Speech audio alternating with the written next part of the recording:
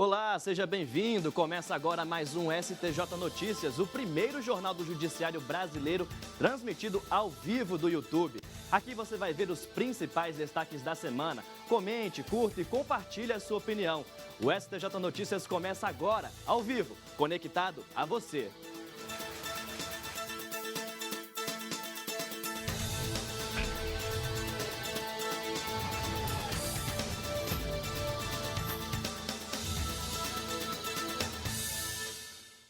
Quem nunca ouviu falar daquelas histórias de que foi encontrado rato, lagartixa dentro de latas ou garrafas de refrigerante?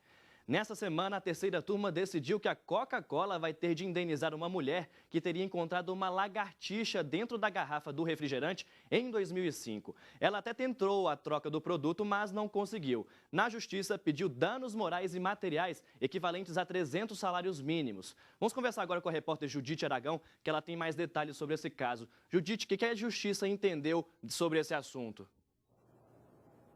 Olá, Daniel. A mulher pedia 300 salários mínimos de indenização, valor considerado alto para quem não bebeu refrigerante, viu? Em primeira instância, a Coca-Cola foi condenada a pagar uma indenização de R$ 2,49. Insatisfeita, a mulher recorreu ao Tribunal de Justiça Paulista, que reconheceu que o valor deveria ser maior devido ao risco que a consumidora correu, mesmo sem ter ingerido o produto. A Justiça Paulista fixou a indenização em 20 salários mínimos. Será que situações como essa são comuns? É o que você confere agora na reportagem. Você já encontrou algum objeto estranho dentro de algum alimento, de alguma latinha de refrigerante que você comprou? Só no pão. O que você encontrou? Cabelo. Cabelo? E qual foi a reação da senhora? Meio estranha, né? A gente fica assim meia com nojo de comer. E o que você fez? Joguei fora e mandei comprar outro e nunca mais comprei na padaria. E o que você ia fazer se você encontrasse dentro de uma latinha? Eu ia atrás dos meus direitos, porque não é certo. Entrar na justiça, né? Com certeza. E dar uma indenização. Com certeza. Não pelo fato de querer o dinheiro, mas pelo fato de ir atrás do direito que eu tenho, por estar pagando, eu estou pagando uma coisa e vim uma extra, né? É, Kate. E a história da lagartixa não parou por aí. A Coca-Cola recorreu ao STJ. No recurso, a empresa alegou que a sensação de nojo que a consumidora teve não gerava sofrimento moral para justificar o pagamento da indenização. A ministra Nancy Andrighi ressaltou em seu voto que é dever do fornecedor evitar que a saúde e segurança do consumidor sejam postas em risco, o que não aconteceu. Esse advogado especialista em direito do consumidor orienta quando se deve procurar a justiça. Normalmente o que gera a indenização é quando há algo muito repugnante, é inseto, é rato, é a lagartixa. Então esses elementos aí que a gente encontra, e volta e meia eu vou falar aqui, que encontra dentro de um alimento, que gera repugnância, é que normalmente o juiz do judiciário fixa a indenização. A ministra lembrou ainda que o STJ já teve entendimentos diferentes em casos em que o fabricante não teve de indenizar o consumidor. Além disso, o fato de abrir ou não o produto pode interferir na decisão. A norma que define o dano moral ela é aberta. Ela sempre vai depender da interpretação do juiz. Então o juiz vai avaliar o caso, vai avaliar o fato e se ele entender que aquilo violou o íntimo da pessoa, ou a privacidade, ou o direito dela de prevenir contra uma moléstia grave, uma doença em razão desse produto, aí ele vai decidir, sempre caso concreto. Esse é um exemplo. A primeira instância negou, falou que não era o caso de indenização. A segunda instância reformou e a ministra, através do voto relator, conseguiu convencer os demais ministros de que cabia a indenização, pelo potencial. Olha, em nota, a Coca-Cola informou que a perícia determinada pela Justiça constatou que os resíduos encontrados na embalagem não eram de lagartixa, e sim bolores, que, segundo a empresa, normalmente são causados por armazenamento incorreto, exposição ao sol ou impactos. Agora, esse é um tema que já gera muita discussão se não tivesse essa decisão, né? Com a decisão, então, a repercussão foi grande no nosso Facebook. Olha só, esse post, Coca-Cola terá de indenizar mulher que diz ter encontrado lagartixa na garrafa de refrigerante, repercutiu bastante. Vamos ver aqui como é que foi a avaliação. Olha, 152 pessoas curtiram, foram mais de 180 compartilhamentos e o Diogo Seixas disse: tem outros julgados do STJ que também afirmam que não se faz necessária a ocorrência de um resultado naturalístico para fins de ocorrência de dano moral.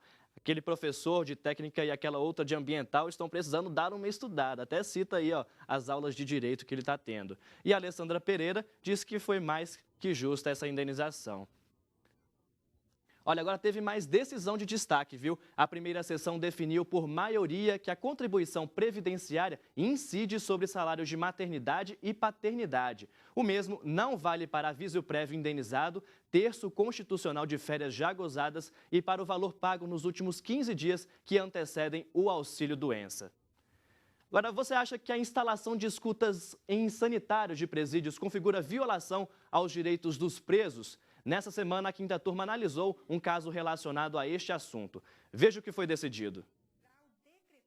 Os magistrados argumentaram que é impossível proteger a liberdade individual em detrimento dos interesses da sociedade.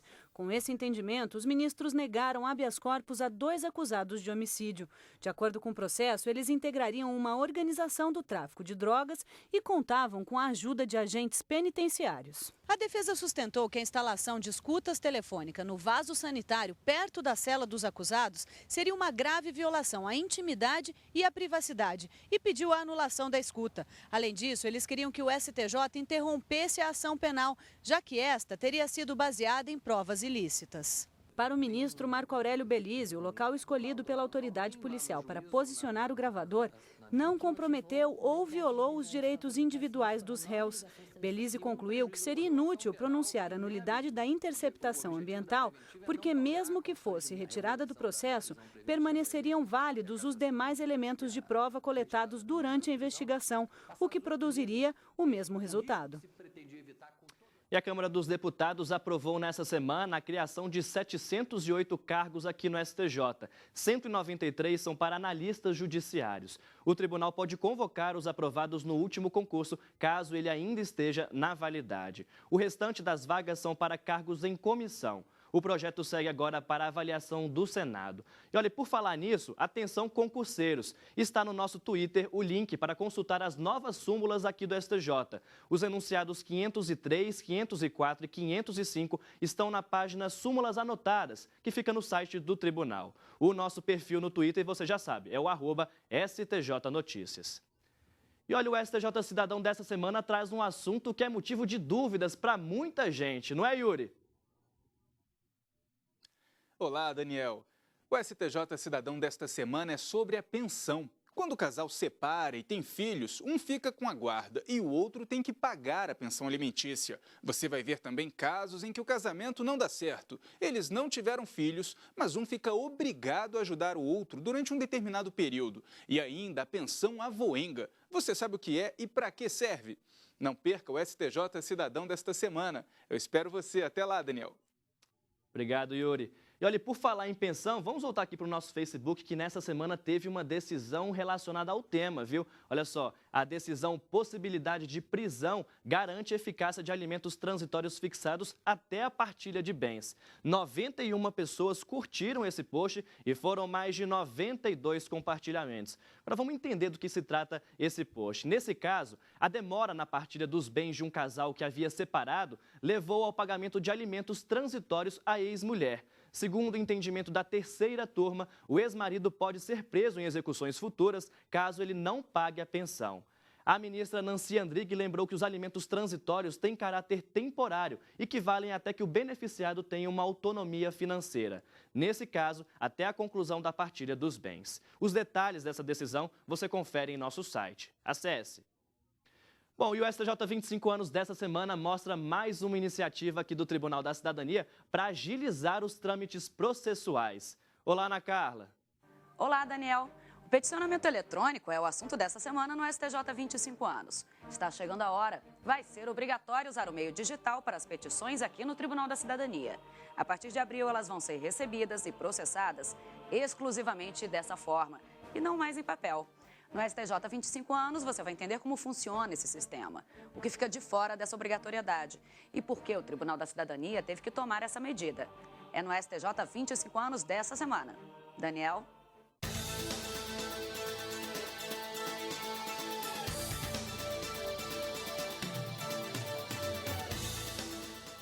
E na nossa sala de visitas de hoje, nós recebemos a equipe de comunicação do Tribunal de Justiça de Sergipe. A Alessandra e o Luciano estão aqui para conversar com a gente, porque eles têm uma missão especial aqui em Brasília, né? Bem-vindos aqui ao STJ Notícias. Obrigado. Qual é, Luciano?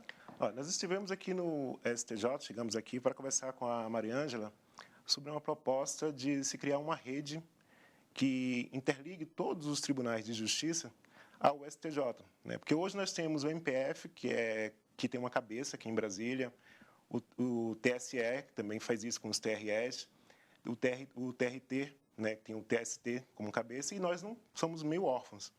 Né? Então, nós estamos sempre produzindo, todos como Sergipe, todos os estados do país estão sempre produzindo notícias, e então a gente não tem muito para quem recorrer, para trocar parcerias. E então nós estivemos aqui conversando com a Mariângela para firmar essa parceria do TJ Sergipe com o STJ e ser o primeiro tribunal a contribuir com a rede de vocês. Acaba que o cidadão fica melhor informado, né? Sim, sim. A nossa intenção, o nosso trabalho, na verdade, lá no Tribunal de Justiça de Sergipe, na área de comunicação, tem sido muito voltado para a aproximação do judiciário com a população. Não só com notícias, mas também com projetos que vise isso. Então, assim, nós somos uma diretoria de comunicação, não é só uma assessoria de imprensa, né? A assessoria de imprensa é um produto nosso, mas nós trabalhamos com projetos específicos que é para interligar o judiciário e a população. Isso tem funcionado muito bem, né? Porque, olha só, a Alessandra, ela não tem nada a ver com o judiciário. Na verdade, ela é atriz e veio parar no judiciário como? Então, eu prestei o último concurso de lá, do TJ, e aí, meio assim na cara de pau, né? Fui conversar com o presidente na época, porque eu sei que o Tribunal de Justiça é uma instituição que quer aproveitar da melhor maneira os seus servidores. Então, ele ficou meio assim desesperado, porque no meu currículo teatro, cinema, televisão, onde eu vou colocar? A secretária dele, que na época foi que deu a sugestão. Você está vendo como ela se expressa bem? Ela vai dar certo na comunicação. Então, dei sorte de estar trabalhando com uma equipe muito determinada, que gosta de desafios, e com chefes como Euler Ferreira e Luciano Augusto, que têm essa mente aberta e sempre estão dispostos a encarar projetos. Eles ousam para aproximar o judiciário cada vez mais da população. E vocês têm dois projetos que são um sucesso, né? Quais são? O Informe Legal e o nosso quadro Conhecendo o Judiciário, que está dentro do programa Sergipe Justiça. Como é que vocês trabalham isso? A ideia é desmistificar essa ideia de que o judiciário é certinho, é quieto, difícil de entender? Isso. O programa Sergipe Justiça é o nosso programa de televisão, né, que foi criado na gestão da desembargadora Marilza, que hoje está aqui no tribunal. E a gestão dela inteira foi de inovação no judiciário. E esse programa veio com ele. Nós demos continuidade ao programa e aí resolvemos que, quando a Alessandra chegou, foi um susto, assim, quando eu vou colocar uma atriz dentro de uma diretoria de comunicação. E aí a gente pensando, não, tem esse quadro que eu acho que todo judiciário trabalha, que é o juridiquês, né? Tentar explicar os termos jurídicos de uma forma mais leve. Né? E, não, tem uma atriz, então eu vou trabalhar com ficção. Vamos escrever historinhas para ela, utilizando esses termos jurídicos, para que as pessoas entendam de uma forma mais fácil. De uma forma que toda a equipe começou a trabalhar com isso. E hoje, a Alessandra, quando vai gravar, até já começa a pegar atores amadores lá do próprio judiciário, pessoas de outros setores. Juízes participam também do quadro. A gente consegue envolver todo o tribunal. Quer dizer, o direito te pegou, mas você está pegando direito também, né?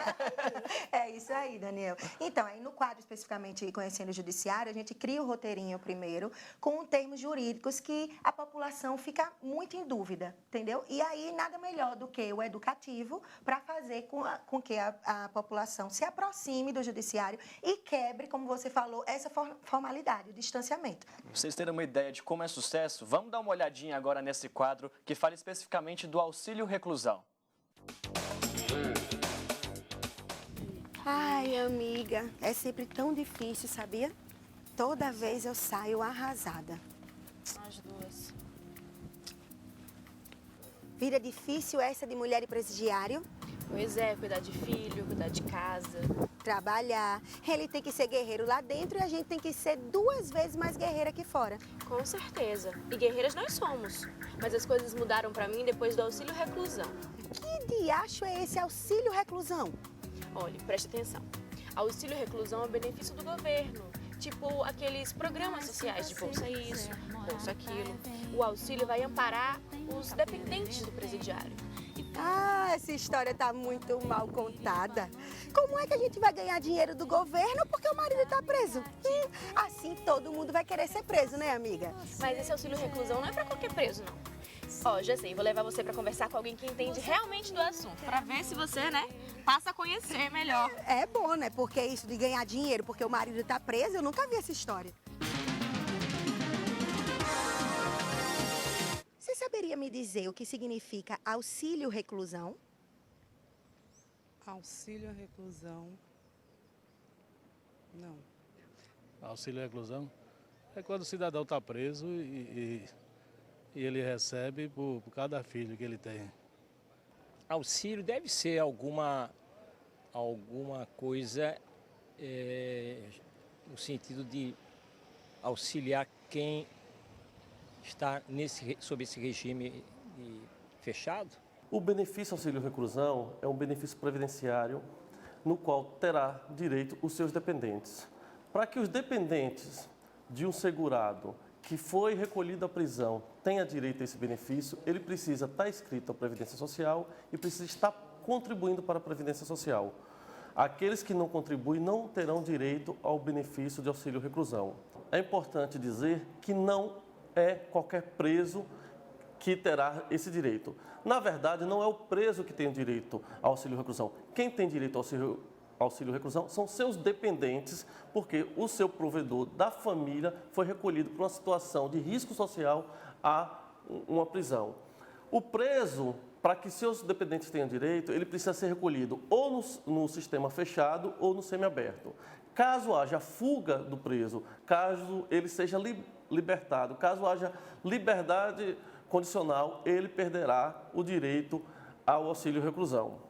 Viu como é um sucesso? E realmente é mais fácil de entender, não é? Então esse é um dos temas, né? Agora vocês abordam vários outros assuntos também, né? Isso. E outro projeto que a gente desenvolve, que também é um sucesso, e onde nós ganhamos prêmio já pela 2ª vez, né, no Combrascom, é o Informe Legal, né, Luciano? O Informe Legal foi um projeto também que nós tínhamos, já existia um informe lá no Judiciário, já tinha sido criado por nós. Com a chegada da Alessandra, nós tivemos uma ideia, olha, vamos, a partir do Informe Legal, um informativo que tem um tema, né? Violência doméstica, adoção, sempre algum tema.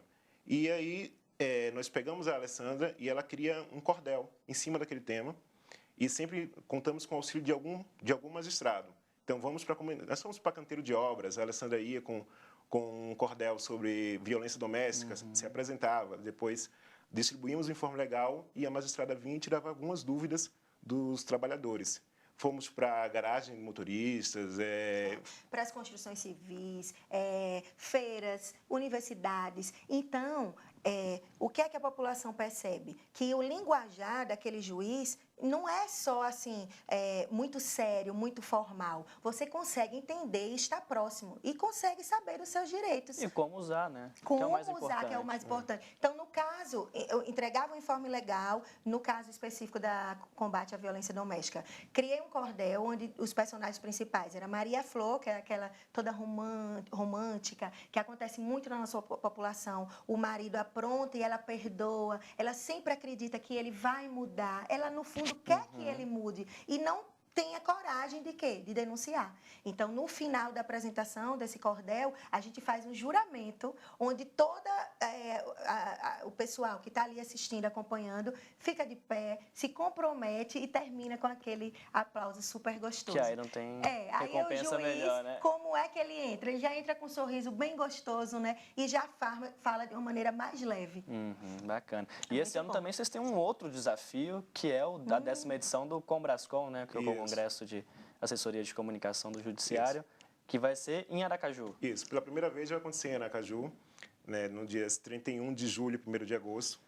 E nós pegamos, a assessoria de comunicação do TJ pegou a coordenação do Combrascom. Então, nós estamos juntos com a diretoria do Fórum, organizando programação, aproveitamos essa vinda a Brasília para visitarmos, né, o MPF, o STJ, o STF, a OAB, para convidar os assessores para que todos estejam em Aracaju nos dias 31 de julho e 1º de agosto para participar do Combrascom. Bacana. Isso. E, assim, o Luciano, né, caiu na besteira, ou que eu acredito que não, porque a nossa equipe adora desafios, de dizer no último Combrascom que seria o melhor Combrascom dos últimos tempos, que seria o Combrascom em Aracaju. Então, nós estamos nos esforçando, queremos vocês presentes, todos que estiverem assistindo ao programa, participem, porque nós estamos com o nosso jeitinho leve e agradável de receber vocês e preparando tudo com muito carinho e competência. Então estaremos lá. Contem com a gente, hein? Agradeço muito a visita de vocês aqui, realmente foi uma honra recebê-los e também voltem sempre, né? Obrigado, Daniel, esperamos você lá no Combrascom. Com Isso, certeza. Daniel. Seja bem-vindo. Obrigado. Bom, agora vamos ver o que foi destaque também nesta semana aqui no Tribunal da Cidadania.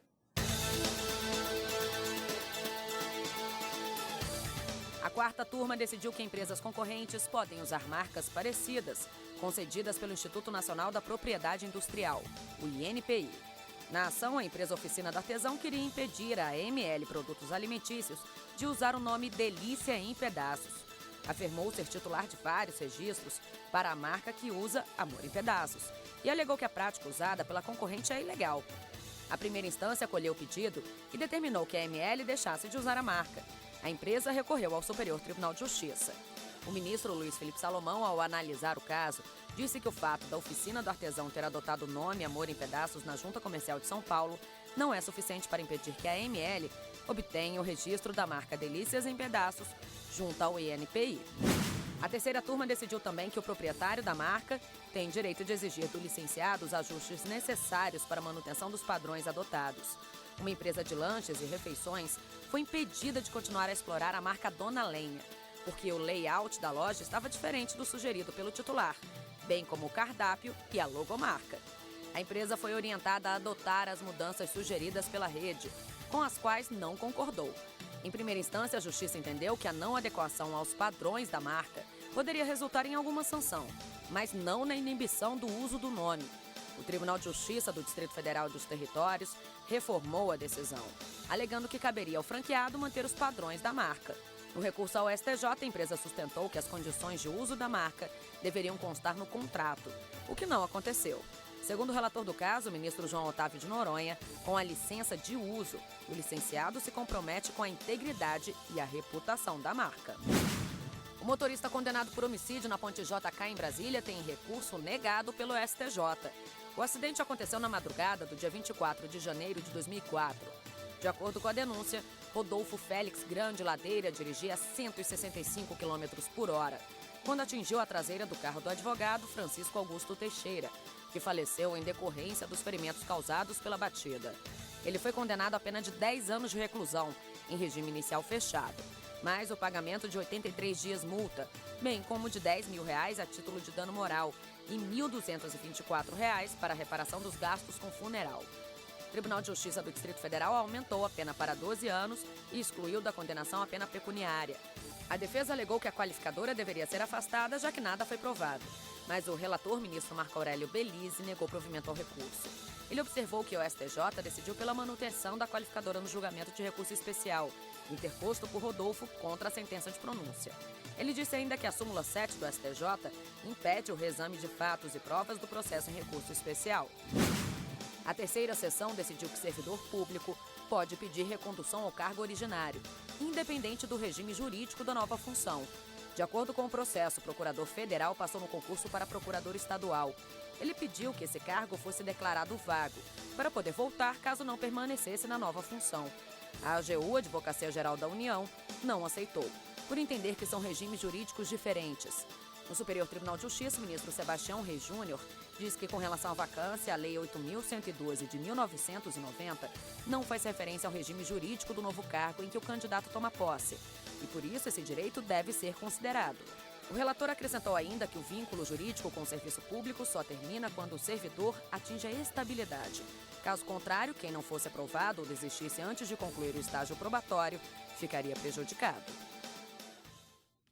Mais um tweet de destaque essa semana que deu realmente muito o que falar. O jornalista Ricardo Noblat terá de indenizar em R$50 mil o senador Renan Calheiros por tê-lo chamado de mentiroso, patife, corrupto e pervertido em seu blog. Na ação, Renan Calheiros alegou que sua honra foi abalada com as afirmações de que teria mentido em discurso no Senado, omitido bens à Receita Federal e ainda usado laranjas para a compra de veículos de comunicação. Ricardo Noblat sustentou que não havia ofensas e inverdades na matéria. Além disso, alegou que toda a imprensa divulgou o mesmo conteúdo baseado em investigações da Polícia Federal. Em julgamento de um recurso especial, a primeira turma entendeu que, quando não há pedido administrativo, a aposentadoria por invalidez deve ser paga a partir da citação no INSS. O Instituto Nacional de Seguro Social, o INSS, recorreu ao Superior Tribunal de Justiça contra a decisão do Tribunal Regional Federal da Terceira Região. Para o Tribunal de Segunda Instância, o pagamento da aposentadoria por invalidez deve começar a ser feito a partir da citação, ou seja, do momento em que o réu toma ciência da pretensão. Para o INSS, o pagamento deve ser feito a partir da data do laudo médico pericial. De acordo com o relator do recurso, o ministro Benedito Gonçalves, a ação previdenciária pressupõe risco social ou imprevisível ao assegurado. Ele ainda alegou que a contestação da incapacidade total ou permanente por meio do laudo médico do perito nomeado pelo juiz serve como base para que o benefício seja concedido. Na primeira sessão do STJ, os ministros verificaram que há precedentes do tribunal no sentido de que a data da apresentação do laudo pericial em juízo determina o início do pagamento do benefício concedido na Justiça. Isso quando o requerente não apresenta o exame médico na via administrativa. A decisão foi em recurso repetitivo e vale para outro julgamento sobre o mesmo assunto. E hoje a gente estreia um quadro novo aqui no STJ Notícias. Que tal aprender algumas expressões em latim que são usadas nos julgamentos? O termo de hoje é indúbio pro réu e quem vai explicar pra gente é o juiz auxiliar da presidência aqui do STJ, Márcio Boscaro.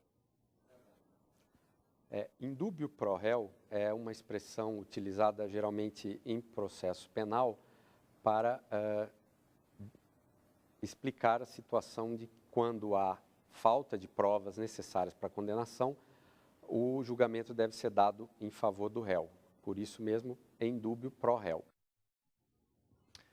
A Comissão de Constituição e Justiça aprovou o nome do desembargador federal Nefe Cordeiro para o cargo de ministro do STJ. Durante a sabatina, Nefe Cordeiro defendeu a mediação e ressaltou a importância da modernização do judiciário. Também respondeu a perguntas sobre a maioridade penal e o sistema prisional brasileiro. Agora, o nome do desembargador passa por aprovação no plenário e depois pela sanção da presidente Dilma. Vamos agora lá para o estúdio da rádio para a gente saber quais são os destaques da Ana Paula, que está lá com a gente. Ana Paula, tudo bem? Boa tarde, Daniel. Boa tarde a você, internauta, que está aí acompanhando o STJ Notícias pelo YouTube. Bom, eu venho com 2 destaques essa semana aqui da Coordenadoria de Rádio. O primeiro é a nossa matéria especial de domingo, que foi feito pela repórter Fátima Uchoa e falou sobre barriga de aluguel. A matéria mostra o sonho de diversas mulheres que sonham em ter um filho, que sonham em ser mãe, mas não podem concretizar esse sonho da forma natural e precisam do útero de outra pessoa. Na reportagem, a gente tem uma entrevista com uma mãe que cedeu o útero para a filha e gerou as netas. Uma história emocionante que vale a pena ouvir. Um outro destaque aqui da nossa coordenadoria de rádio é a matéria especial de 25 anos publicada segunda-feira no site. Nós aqui da Coordenadoria de Rádio estamos há mais ou menos um ano falando dos 25 anos do tribunal por meio de matérias e programas especiais que contam a história, tudo o que aconteceu aqui desde que o tribunal foi criado com a Constituição de 88. E nessa matéria de segunda-feira, o repórter William Nascimento falou da súmula 149, que foi editada na década de 90 e traz os critérios para que o trabalhador rural possa conseguir um benefício previdenciário. Essa súmula, de certa forma, também resguarda a Previdência Social. É uma matéria muito interessante, já teve mais de 17 mil acessos e vale a pena ouvir. As duas matérias estão lá na aba Rádio. Você acessa o site do Tribunal no www.stj.jus.br, clica na aba Rádio e pode ouvir essas duas matérias. Eu volto com você aí nos estúdios, Daniel. Muito obrigado, Ana. Bom, e o STJ Notícias de hoje termina aqui. Não deixe de curtir, comentar e compartilhar os nossos posts. Você pode acompanhar em todas essas redes sociais que aparecem aqui na sua tela. Obrigado pela companhia e eu espero você na semana que vem. Até lá!